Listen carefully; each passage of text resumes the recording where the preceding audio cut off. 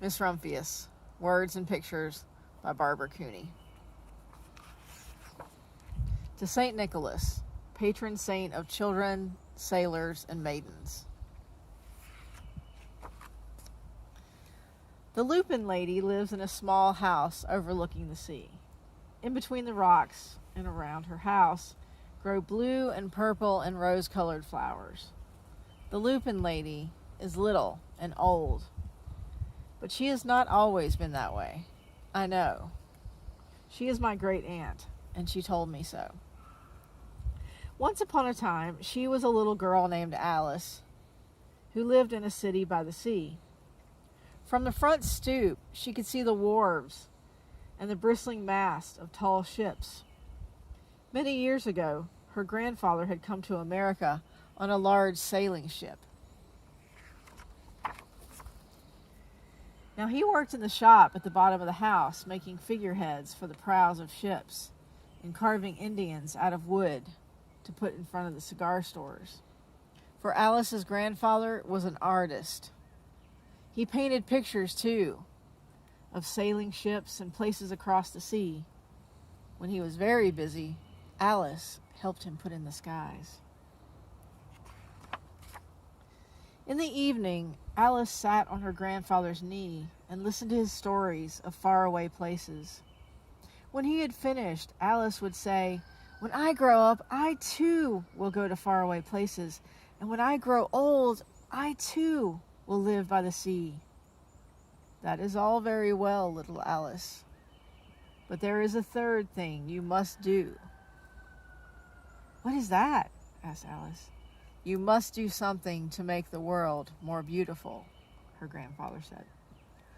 "All right," said Alice, but she did not yet know what that could be. In the meantime, Alice got up and washed her face and ate porridge for breakfast. She went to school and came home and did her homework. And pretty soon, she was grown up. Then my great aunt Alice set out to do 3 things she had told her grandfather she was going to do. She left home and went to live in another city, far from the sea and the salt air. There she worked in a library, dusting books and keeping them from getting mixed up, and helping people find the ones they wanted. Some of the books told her about faraway places. People called her Miss Rumphius now. Sometimes she went to the conservatory in the middle of the park. When she stepped inside on a wintry day, the warm, moist air wrapped itself around her, and the sweet smell of jasmine filled her nose. "This is almost like a tropical isle," she said, "but not quite." So Miss Rumphius went to a real tropical island where people kept cockatoos and monkeys as pets. She walked on long beaches, picking out beautiful shells. One day, she met the Bapa Raja, the king of the fishing village. "You must be tired. Come into my house and rest," he said. So Miss Rumphius went in and met the Bapa Raja's wife. The Bapa Raja himself fetched a green coconut and sliced the top off so that Miss Rumphius could drink the coconut water inside. Before she left, the Bapa Raja gave her a beautiful mother-of-pearl shell on which he had painted a bird of paradise and the words, "You will always remain in my heart." "You will always remain in mine too," said Miss Rumphius. My great aunt, Miss Alice Rumphius, climbed tall mountains where the snow never melted. She went through jungles and across deserts. She saw lions playing and kangaroos jumping, and everywhere she made friends she would never forget.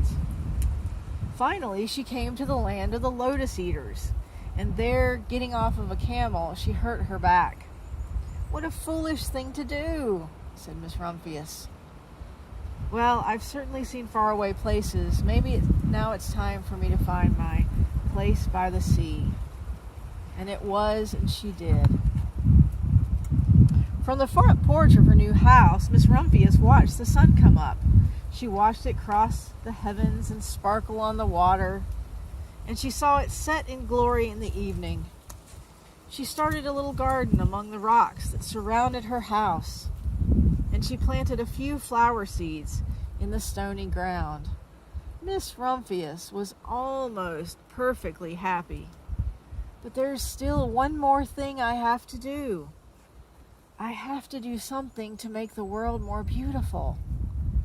But what? The world is already pretty nice, she thought, looking out over the ocean. The next spring, Miss Rumphius was not very well. Her back was bothering her again, and she had to stay in bed most of the time. The flowers she had planted the summer before had come up and bloomed in spite of the stony ground. She could see them from her bedroom window, blue and purple and rose-colored. "Lupins," Miss Rumphius said with satisfaction. "I've always loved lupins the best. I wish I could plant more seeds in the summer so that I could still have more flowers next year." But she was not able to. After a hard winter, spring came. Miss Rumphius was feeling much better. Now she could take walks again. One afternoon, she started to go up and over the hill where she had not been in a long time. "I don't believe my eyes," she cried when she got to the top, for there on the other side of the hill was a large patch of blue and purple and rose-colored lupins. "It was the wind," she said as she knelt in delight.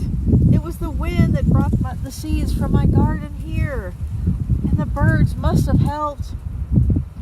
Then Miss Rumphius had a wonderful idea. She hurried home and got out her seed catalogs. She sent off to the very best seed house for 5 bushels of lupin seed. All that summer, Miss Rumphius, her pockets full of seeds, wandered over the fields and headlands, sowing lupins. She scattered seeds along the highways and down the country lanes. She flung handfuls around the schoolhouse and back of the church. She tossed them into hollows and along stone walls. Her back didn't hurt anymore. Now some people called her that crazy old lady. The next spring, there were lupins everywhere. Fields and hillsides were covered with the blue and purple and rose-colored flowers. They bloomed along the highways and down the lanes. Bright patches lay around the schoolhouse and in back of the church.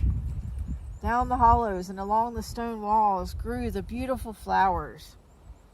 Miss Rumphius had done the third, the most difficult thing of all. My great-aunt Alice, Miss Rumphius, is now very old.